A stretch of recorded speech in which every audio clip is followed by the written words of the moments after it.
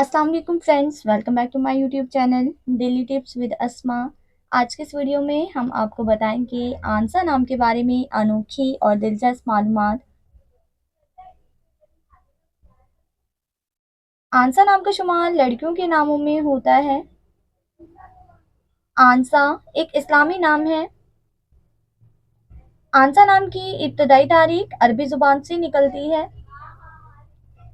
आंसा नाम की लड़कियों के लिए खुशकिस्मत नंबर 3 माना जाता है। माहिरीन के मुताबिक आंसा नाम की लड़कियां बहुत हुनरमंद होती हैं। आंसा नाम का मतलब है कंवारी, मोहब्बत करने वाली। आंसा नाम की लड़कियों के लिए खुशकिस्मत दिनों में सोमवार और जुमे का दिन शामिल है। आंसा नाम के अफराद के लिए मुवाफिक रंगों में नीला, सफेद और सब्ज रंग शामिल है।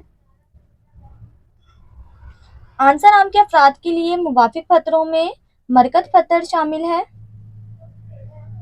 खुशकिस्मती वाली धातों में हिंसों के हिसाब से चांदी शामिल है। फ्रेंड्स, अगर आप अपने नाम का मतलब जानना चाहते हैं तो कमेंट बॉक्स में अपना नाम लिखें। इंशाल्लाह हम आपके नाम की वीडियो ज़रूर बनाएंगे। Thanks for watching. अल्लाह हाफिज़।